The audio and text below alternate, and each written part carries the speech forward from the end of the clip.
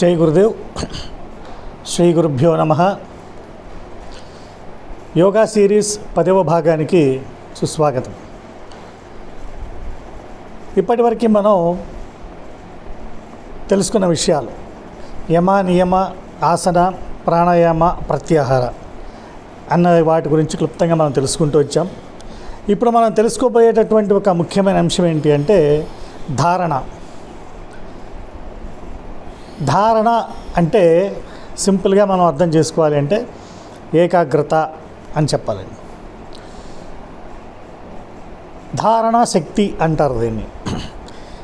ఈ ధారణా శక్తి అనేది ఎప్పుడు లభిస్తుంది మనకి అంటే ఎప్పుడైతే ఈ యమ, నియమ, ఆసన, ప్రాణాయామ, ప్రత్యాహార వంటివి మనం సాధన చేస్తూ ఉంటామో అప్పుడు మనకి తెలియకుండానే ఈ ధారణా శక్తి అనేది ఆటోమేటిక్గా లభిస్తుంది. ఇది యోగ సాధనలో ఉండే ఒక గొప్ప విశేషం.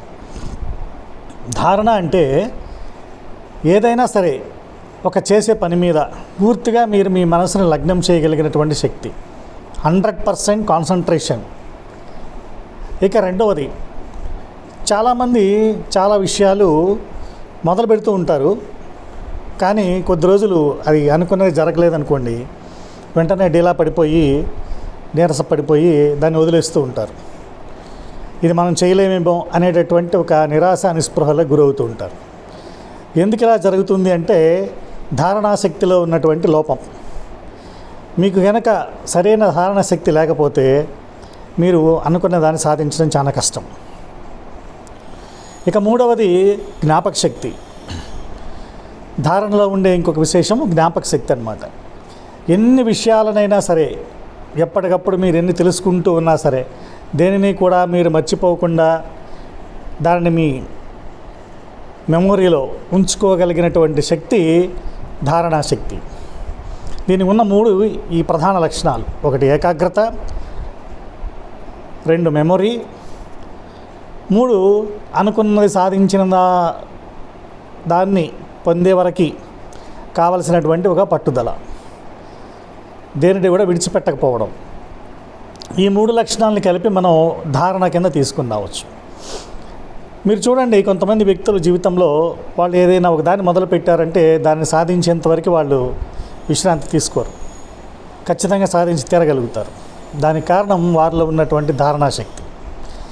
అలాగే మనం కొంతమంది వేద పండితులను అట్లా చూస్తూ ఉంటాం. అనర్గళంగా ఎన్నో వేల మంత్రాలను వాళ్ళు చెప్తూ ఉంటారు. ఎలా వీళ్ళకి ఇవన్నీ ఇంత ఫ్లోగా వస్తున్నాయి, ఇంత బాగా గుర్తున్నాయి అంటే దీనికి కారణం వారికి ఉన్నటువంటి ధారణాశక్తి. సో ఇది ప్రతి ఒక్కరూ కూడా తమ జీవితంలో ఉన్నతంగా ఎదగాలనుకునే వాళ్ళు, ఏదైనా సాధించాలనుకునే వాళ్ళకి ఉండవలసిన ఒక మొట్టమొదటి క్వాలిటీ ఈ ధారణాశక్తి అన్నమాట. Concentration, memory power and will power, ఈ మూడింటిని కలిపి మనం ధారణాశక్తిగా అభివర్ణించుకోవచ్చు. అయితే ఇది ఎప్పుడు లభిస్తుంది అంటే ఎప్పుడైతే మనం ఈ మొదటి 5 మనం నిత్య సాధనలో చేసుకోగలుగుతామో అప్పుడు ఆటోమేటిక్గా ఈ ధారణాశక్తి అనేది కలుగుతూ వస్తుందండి. ఎవరికైతే ఈ ధారణాశక్తి ఉంటుందో వాళ్ళు ధ్యాన స్థితిలో ఉండగలుగుతారు. తర్వాతి స్టెప్ ధ్యానం అనేది అనమాట. సో ఏంటి ధ్యానము అనే దాని గురించి మనం నెక్స్ట్ ఎపిసోడ్లో తెలుసుకుందాం. జై గురుదేవ్.